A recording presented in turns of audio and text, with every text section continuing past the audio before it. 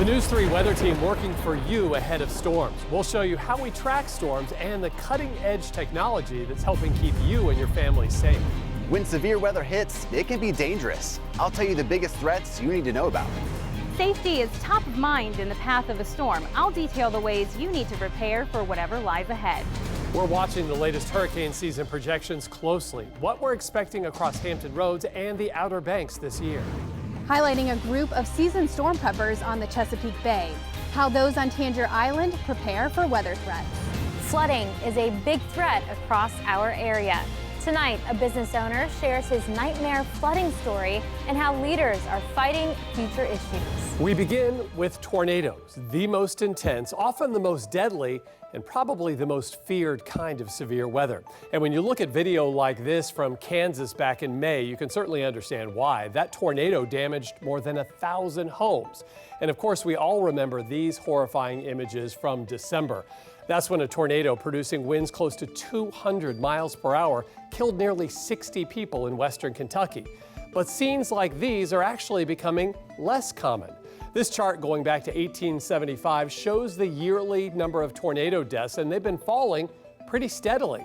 And we can thank advanced technology for that. It's a quiet early spring day at the National Weather Service office in Wakefield. The business of forecasting weather can be pretty mundane until it's not. There are a couple of areas that we're watching very closely. The next day, a line of storms would knock down trees, drop ping pong ball size hail, and may have even produced a tornado. You may have driven by the National Weather Service radar here in Wakefield. It has changed very little since it was built nearly 30 years ago. But what's inside that dome has changed, and that has dramatically improved severe weather forecasting. Over the last decade, what's called dual pole radar has really revolutionized how we track severe weather. Radar got smarter. It knows if it's looking at hail. It knows if it's looking at a small raindrop or a big raindrop. Older radars send out a single horizontal radio wave, and when that wave hits something in the atmosphere, it bounces back to the radar receiver. But traditional radar is not great at identifying what that something is. Dual pole sends out both horizontal and vertical waves, and that's really been a game changer for us. We can see things like if we do have a tornado on the ground, we can see some of the elements that are being lofted up into the sky. So you're talking about roof tiles and branches. Yeah, branches, leaves, grass, all those different things that can get picked up, and the radar sees those things and it's able to identify that, hey, this isn't something that I normally would be seeing. And a lot of times we'll know a tornado's touched down really before dispatchers and responders know, and so we can give them a quick holler, say, hey, look, we've got a tornado on the ground at this location. You know, it's definitely there. The green is winds moving toward the radar site, red moving away. And that same technology allows our team of first warning meteorologists to more accurately track tornadoes live on the air, giving you minute-by-minute updates and more time to protect yourself and your family. Again, the Weather Service is telling us it is radar indicated. And while dual-pole radar was a huge advance, it still has its limits. The radar can only see what it's pointed at, and it may take several minutes to rotate and scan all the layers of the atmosphere. But the next advance in radar technology promises to solve that. Eventually we'll move into a phased array type of a system, which will actually send out more beams simultaneously, allow us to scan the atmosphere quicker. Ultimately, when it comes down to warnings, speed makes a difference. When storms hit, we look at a number of different factors that can cause trouble in our communities. Meteorologist Myles Henderson takes a look at the biggest storm dangers we face. For some people, thunderstorms are beautiful and intriguing. For others, they're intimidating and scary. No matter how you feel about storms, the dangers they can bring are serious.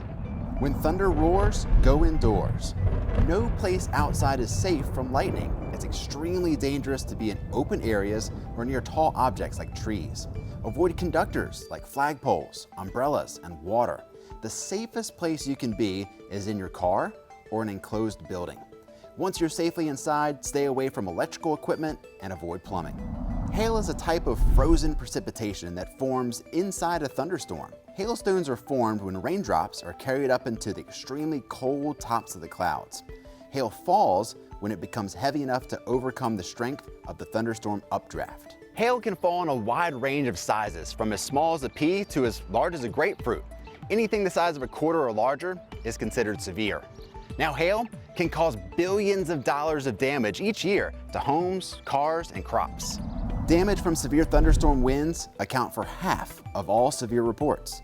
Thunderstorms produce straight-line winds from the outflow of the storm downdraft. Severe thunderstorms have straight-line winds of 58+ miles per hour. That's strong enough to turn outdoor objects into projectiles, even bring down trees and power lines.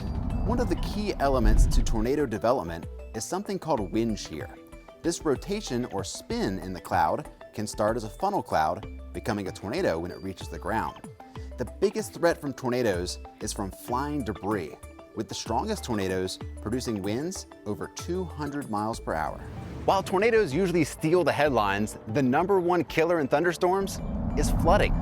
There are many different types of flooding, but we can break it into 3 categories: flash flooding, river flooding, and coastal flooding. Flash flooding is caused by heavy or excessive rainfall in a short period of time. Picture a thunderstorm downpour that overwhelms the storm drains and quickly floods a neighborhood street. River flooding is a much slower process where several days of excessive rain cause water levels to rise and spill over. This type of flooding is typical for tropical systems moving inland or a stalled out front. Coastal flooding is an abnormal rise in coastal waters above typical high tide. This can be caused by strong onshore winds or storm surge with a tropical system. We can see coastal flooding even with no rain. The impacts from severe storms are intimidating, but there's no need to panic when you can prepare. Make a plan so you know what to do when severe storms arrive. Myles Henderson, News 3. Ahead of the storm, put together 2 emergency kits, one for the house and one for the car, to keep you and your family safe no matter where you are.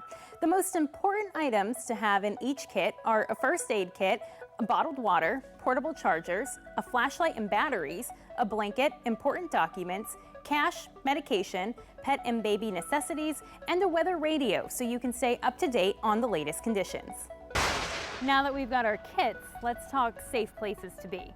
We know the basics of turn around, don't drown for flooding, but what about if you're driving and see a tornado? Always watch the movement of the tornado.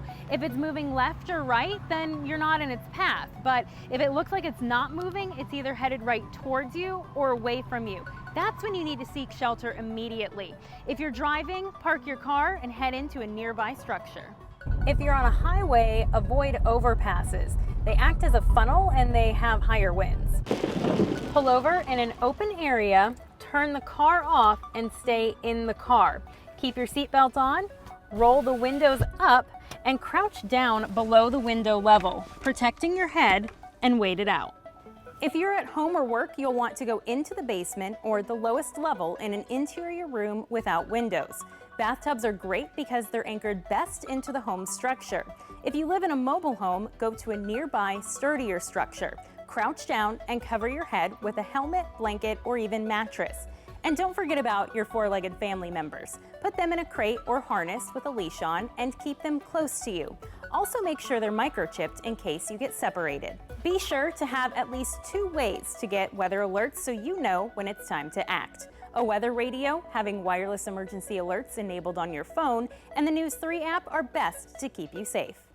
Our team keeping a close eye on the biggest weather event of the summer, hurricane season. When we return, what we expect from the storms this year.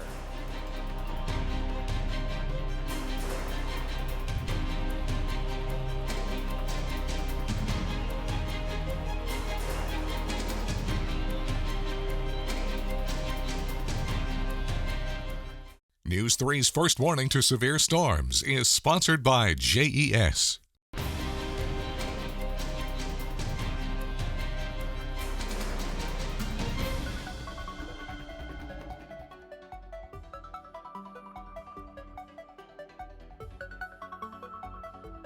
I'll bet you were surprised by that answer, weren't you? Yes, a hurricane has not made landfall on the Virginia coast since at least 1851. And I know you're asking, how is that even possible? Well, it has to do with geography. The North Carolina coast extends much farther to the east, and it takes the brunt of tropical systems. But that does not mean Virginia is immune to the effects of tropical systems. And it's looking like our 2 states are in for a very busy hurricane season.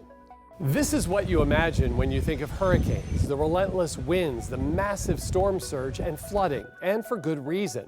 But in the last 2 hurricane seasons, the biggest danger where we live has been tornadoes. The National Weather Service in Wakefield issued a total of 63 tornado warnings for Hurricane Isaias in 2020 and Hurricane Elsa in 2021. And government forecasters expect this season to be another busy one. With 14 to 22 named storms, 6 to 10 of those are expected to grow into hurricanes and 3 to 6 major hurricanes with winds higher than 110 miles per hour. Most of the other major hurricane forecast groups, including Colorado State University, are also calling for a busy hurricane season. And in our area, flooding is a main concern. Take a look at this stunning video from the Outer Banks in May. 2 homes collapsed along the coast in Rodanthe. You can see the homes carried out into the water. Scientists say beach erosion led to this latest coastal damage. Coastal regions throughout our area are prone to flooding when storms hit. I traveled to the Outer Banks and learned firsthand about the impact flooding has had. One of the most catastrophic flooding events of our lifetime was Hurricane Matthew during early October in 2016. Matthew brought devastating flooding, strong winds, and storm surge to the coast of eastern North Carolina, including the Outer Banks. Towns like Nags Head along the Outer Banks received several feet of inundation, closing businesses and making traveling by car impossible. It was just flash flooding from all the rain. Jesse Hines, the owner of Surf and Spoon in Nags Head, recalls the day his business was mostly underwater. It probably flooded in our area where our business used to be about 3 or 4 feet, and obviously flooded in our business about 2 feet up, and ruined pretty much everything, and yeah, we had to close for a while and just kind of start all over again. The flooding was so catastrophic that no matter the rain or storm event, he was always worried about it flooding again. Every time a thunderstorm would come, we would lose sleep every night, and I'd always be like checking on it. We had a camera so we'd see if water was in the door. By 2020, the nightmare of losing his business came to an end when he was able to reopen in his new location where his business is less prone to flooding. So now that we're in our new location, we're about 5 or 6 feet above flood zone. Yeah, it's like good sleep at night. Not so worried that everything's going to get ruined on every storm that comes by. He also credits the town and surrounding towns for stepping up and working together to clear drains and fixing future flooding issues. Ever since we flooded where we were, the town was kind of lax about it, but then I think a lot of the communities sort of complained and said, hey, we should have been more prepared, and they have actually gotten way more on top of it. We can't stop flooding from happening, but just like the businesses in Nags Head, we can always reflect and rebuild. Respecting and understanding Mother Nature's potential could be the key to learning to live with more flooding in the future. Thank you. Have a good one. In Nags Head, Maddie Kirker, News 3. If you haven't already, go ahead and make sure you have the News 3 app on your phone. It's the fastest way to get up-to-the-minute details from the First Warning Storm Team. It's free to download at WTKR.com/apps. I've watched just in my small lifetime a lot wash away. Severe weather threatens us all, but maybe none more than a small island in the Chesapeake Bay. Next, we take a trip to Tangier Island and talk about the difficulties stormy weather brings.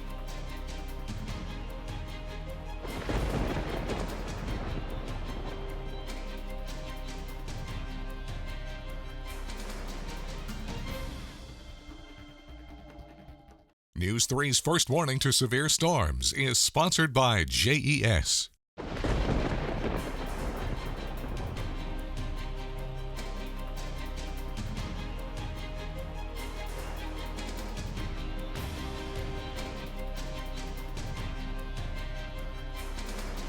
You may have heard of it, Tangier Island. It's a small island on the Chesapeake Bay. It's accessible only by boat or plane, and as you can imagine, the weather plays a huge role. It's ironic. Over the years, we've depended on the Chesapeake Bay to provide a living for the island, and we still do.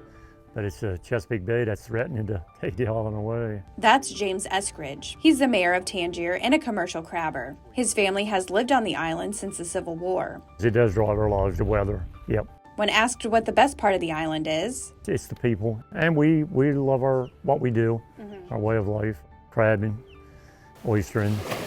Out here we have a saying, wind is our weather. We focus a lot on wind, tides. We also have to deal with a lot more than what other people does. Like you can see the standing water here.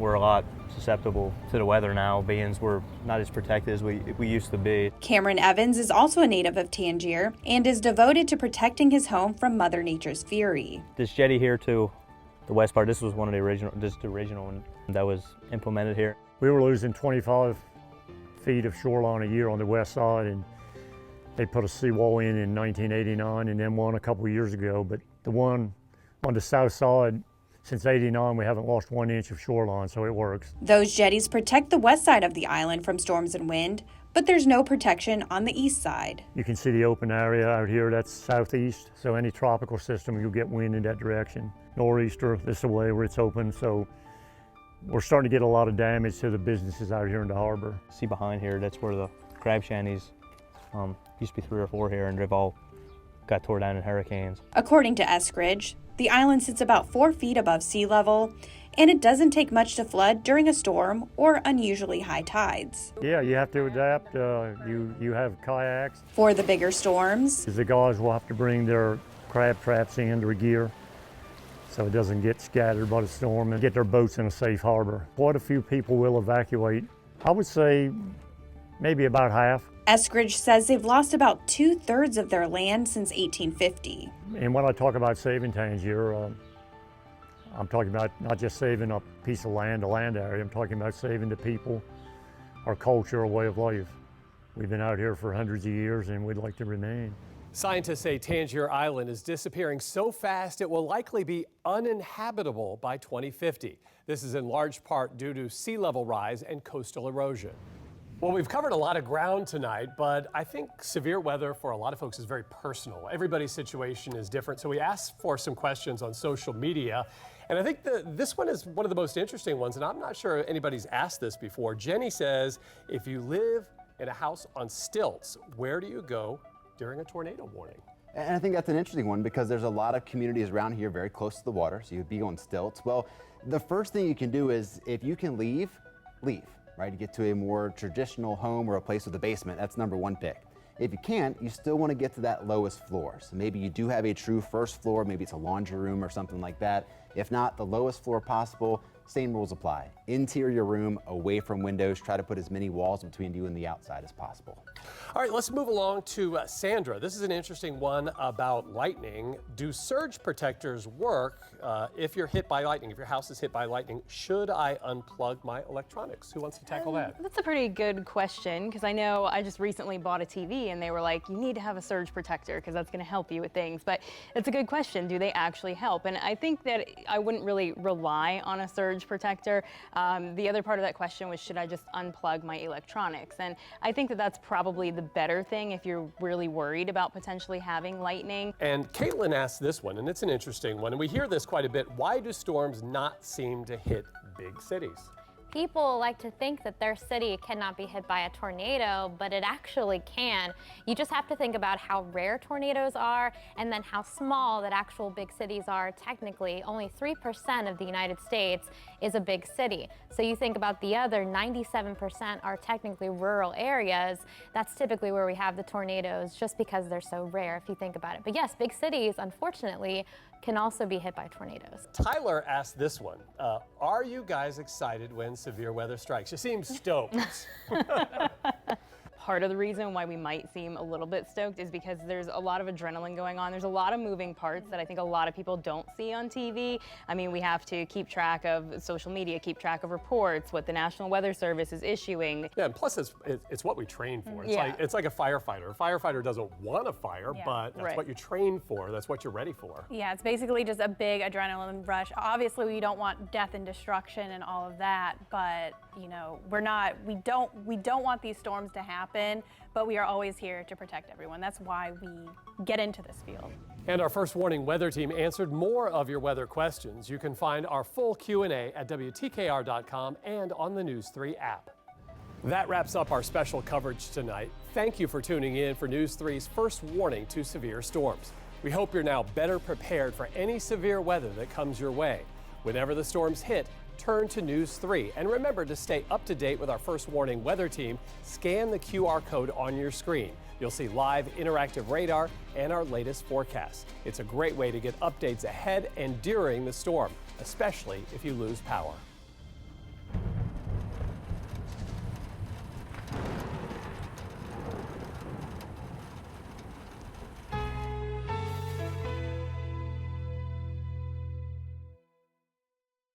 Forecasting the weather is all about protecting you, your family, and our communities. We can see some storms for days. Others pop up out of nowhere.